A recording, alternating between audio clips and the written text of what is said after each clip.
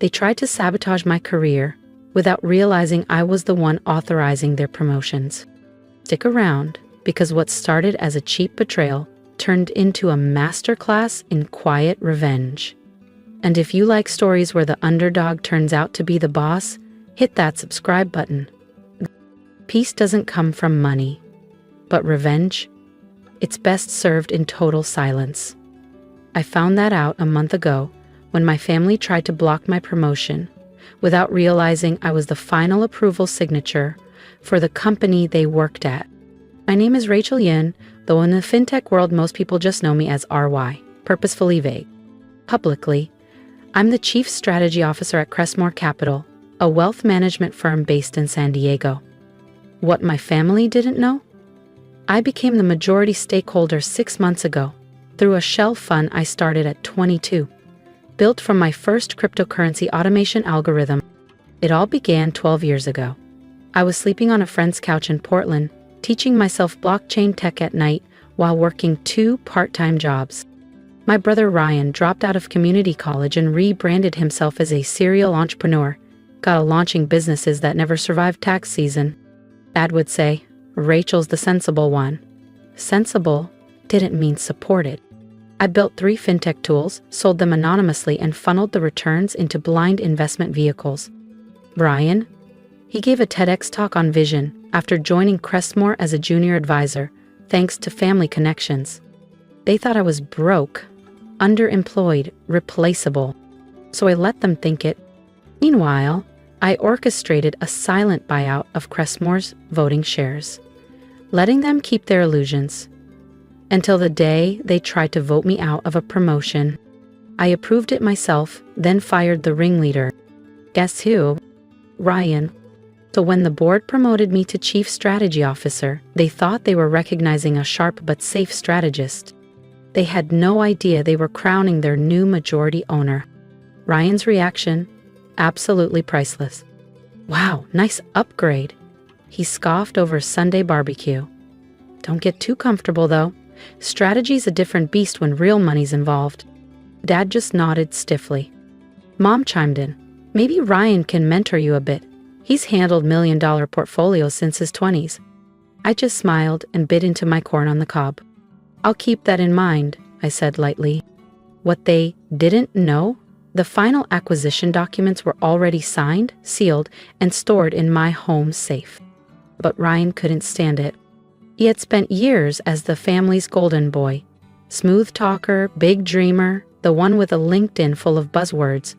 I was the background noise, the over-educated girl who lacked charisma.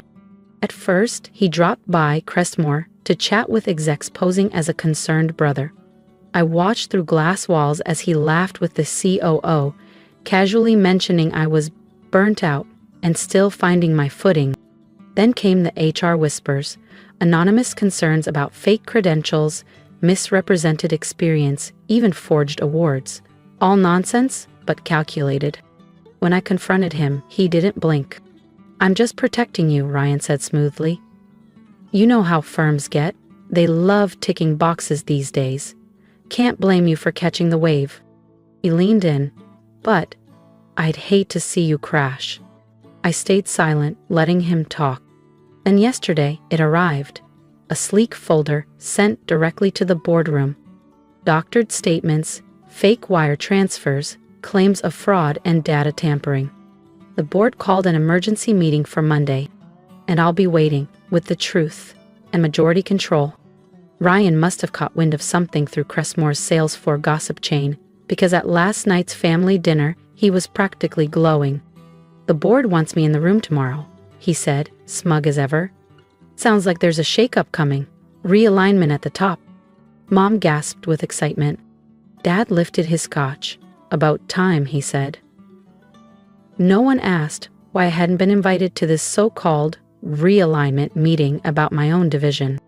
But what they didn't know? I'd spent the entire night assembling a full report, cataloging every whisper, every forged email, every backdoor manipulation Ryan had attempted over the past 3 months. And this time, I was including one document he never saw coming, Crestmore's updated ownership ledger. Tomorrow, they'd learn who really owned the company. If you think Ryan's gonna walk away from this untouched, subscribe. Because the next chapter, it flips everything. I wasn't angry anymore. I wasn't hurt either. I was ready. Sitting in my office with a folder of evidence organized down to the font size, I saw it clearly. Ryan's takedown attempt wasn't a threat. It was a spotlight, an opening to finally rewrite my own reputation and remove him for good. The board meeting was scheduled for 9 a.m. clock a.m. sharp. They thought I'd be the one under review. They forgot who signs the board's compensation packages. I arrived at Crestmore by 7:30 a.m., iced coffee in hand, calm and collected. At 8:45, Ryan strutted into the glass-paneled lobby in his boldest blazer, our parents behind him, all smiles like they were attending a ribbon-cutting ceremony. "Is the board ready for us?" he asked, voice smooth, confidence high. From my second-floor corner office, I watched them being escorted to the executive boardroom, and I smiled. Every board member had received my midnight dossier.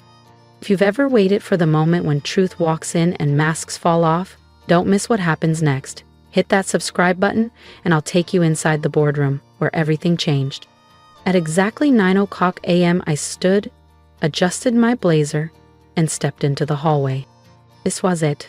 If you've ever been overlooked, underestimated, or told to wait your turn, don't blink. Hit that subscribe button, because what happens next is the moment I stopped waiting. I'm to lead. Elias Romero, Crestmore's board chair, was already mid-sentence when I entered the room. "These allegations against Miss Yoon are quite serious." "Sorry I'm late," I said smoothly, taking the seat at the head of the table without hesitation. Ryan turned, stunned. His smug expression cracked instantly. "Rachel, this is a closed session," he snapped. "You weren't invited." I folded my hands calmly. Actually, I was never uninvited. It's hard to run a board meeting without the company's principal owner, wouldn't you agree? Silence. Ryan's face paled. Mom blinked as if trying to clear fog. Dad's mouth twitched, caught between shock and denial. "What are you even saying?" Ryan scoffed. "Crestmore is publicly owned." "It was," I said, nodding toward Elena, my assistant, who stepped forward with a black folio and began distributing documents. "Until 4 months ago, when Crestmore was fully acquired by Archspire Group LLC.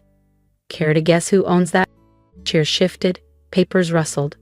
Eyes widened as the room filled with realization. The anonymous buyout everyone had speculated about wasn't so anonymous anymore. Ryan's voice wavered. "This is insane. You're just..." I raised an eyebrow. "Careful.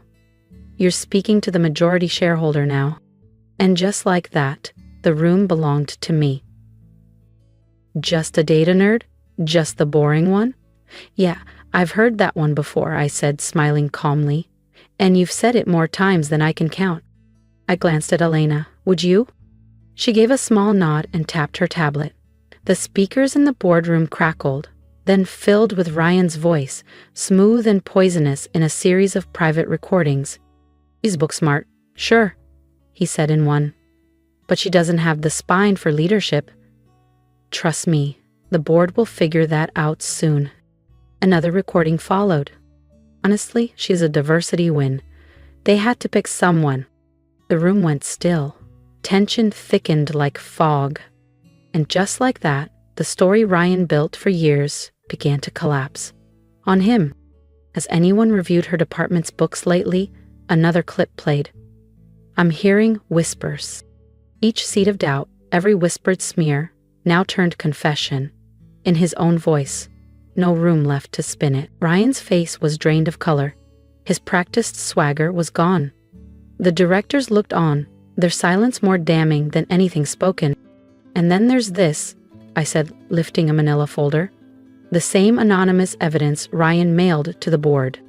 Inside, forged transactions, doctored screenshots, a pathetic, desperate case of fake wrongdoing, character defamation, fabricated fraud, deliberate sabotage of executive leadership, I said clearly. Did you really think no one would vet this before taking it seriously? I was protecting Cressmore. Ryan choked out. You're not fit to lead. You've always been the invisible one, the side act, not the one who deserves the spotlight, I said, my voice even. No, Ryan, I'm the one who built the future. And now, I'm the one holding you accountable for every lie, every whisper, and every risk you've made this company bear. Mom finally spoke, her voice paper thin. Rachel, surely you're not going to ruin your brother's life over this. As if he didn't try to ruin mine, I turned to her, my voice steady. As if you didn't walk in here expecting to watch me crash? Dad lifted a hand halfway, hesitant. We were just here to support Ryan. No, I said, locking eyes with him. You were doing what you've always done, betting on the wrong child. I faced the board and stood tall. Apologies for the tone of this meeting, I said, voice measured, but I needed every member of this board to see what's really at stake. Mr. Ryan Yoon has knowingly crossed ethical and legal lines in a coordinated attempt to undermine my leadership. A beat of silence. This wasn't just an attack on me, it was an attack on Cressmore's integrity and its future. Elias Romero, the board chair, cleared his throat. Miss Yoon, what action are you requesting? I said, folding my hands calmly. First, I request that all accusations against me be formally dismissed, based on verified documentation and audio recordings. Second, I move for immediate disciplinary action against Mr. Yoon for corporate misconduct. I paused, then continued. I also ask that a formal report be delivered to Ryan's licensing board and current financial affiliations, complete with supporting materials. His behavior must have professional consequences. You can't, Ryan said hoarsely, his voice cracking. You'll ruin everything I've worked for. Like you tried to ruin mine? I said, not raising my voice. The difference is, I brought proof. You brought fiction. I turned once more to the board. Lastly, I request that Ryan Yoon and both of our parents be permanently banned from Crestmore Capital property. Any attempt to contact employees or interfere with operations should result in immediate legal action. Rachel, please, Mom cried, tears streaking through her foundation. We're still family. I let out a quiet, bitter laugh. Family celebrates your wins. Family lifts you up when you're down. Family doesn't try to erase your legacy out of jealousy. I slid one final folder across the conference table, its gold embossed cover reflecting the overhead lights. This, I said evenly, is the acquisition agreement from my first fintech company. I sold it for $50 million, 0 cents, when I was 27. The second, a blockchain auditing platform, went for $180 million, 0 cents, just 2 years later. I turned to Dad, holding his gaze. I could have bought that oceanfront golf membership you always wanted. Could have covered every one of Ryan's failed ventures without blinking. But I didn't. They stared down at the paperwork in silence, watching, wordlessly, as the numbers rewrote everything they thought they knew about me. I stayed quiet, I said, because I needed to see who stood with me when they believed I had nothing. I glanced at Ryan. You all failed that test. He looked stunned. You're destroying my career, he whispered. No, I replied. You destroyed it the day you tried to sabotage mine. The only difference is, I have the proof. You have the guilt. I gathered the folders calmly and stood. This meeting is officially adjourned, I said to Elias. Please make sure the full record is secured. Then I turned to them. Ryan, Mom, Dad, security will see you out. Wait, Ryan called out, his voice cracking as I neared the door. Please. I was jealous.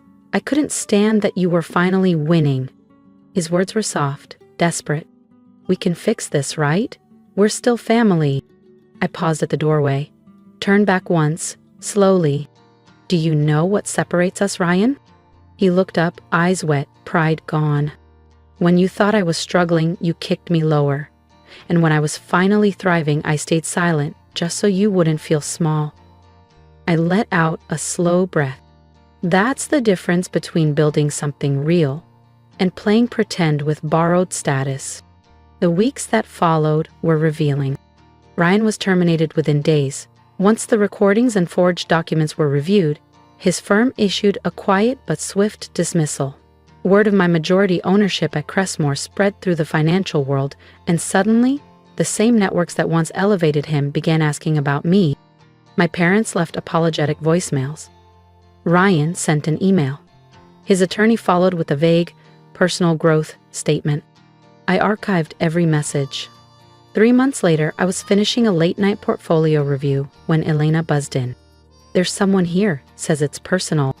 It was Ryan, but not the self-assured version I once knew. He looked worn down.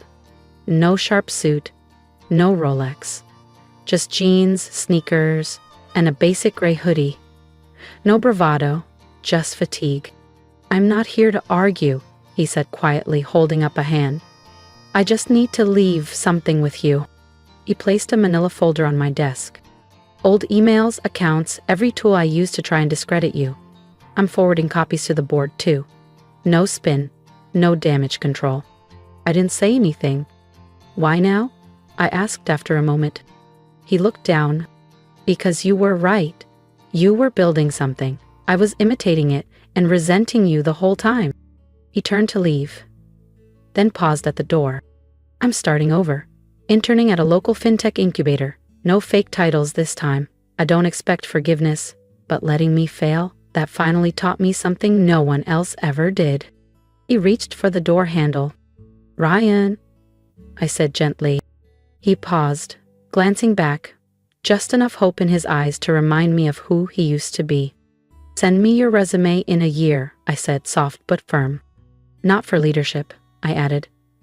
But if you're serious about starting over the right way, we're always open to people willing to earn it from the ground up. A single tear welled in Ryan's eye. He nodded. No spin, no clever exit line, just quiet acceptance. Then he turned and walked away. 6 months later, Crestmore Capital has exceeded even my boldest forecasts. We've expanded into 3 new sectors, onboarded socially conscious investors, and launched a mentorship fund for overlooked founders, especially women of color in tech and finance. It's real, it's lasting, it's mine. Mom and Dad still message now and then, usually when they want something, or when they're name-dropping their trailblazing daughter in circles they once tried to exclude me from. I keep it polite, but distant. The approval I used to chase? I don't need it anymore. The corner office they said I'd never earn looks out over the San Diego harbor. Some nights, I sit by the glass as the sky turns gold, thinking about betrayal, patience, and the strange gift of being underestimated. Last week, I got a holiday card. No apologies, no guilt trip. Just a handwritten note from Ryan. You didn't win because of us. You succeeded in spite of us. I'm finally learning how to build for real. Maybe that's the truest form of power. Not loud, not vengeful, but earned. Undeniable. Thank you for listening, for seeing me when those closest to me didn't. Now I want to hear from you. Have you ever been the quiet one? The invisible one? What would you have done? Comment below, share your truth. And don't forget to like and subscribe. Not just to follow my next move, but to reclaim your own. Because success isn't about proving others wrong. It's about finally proving yourself right.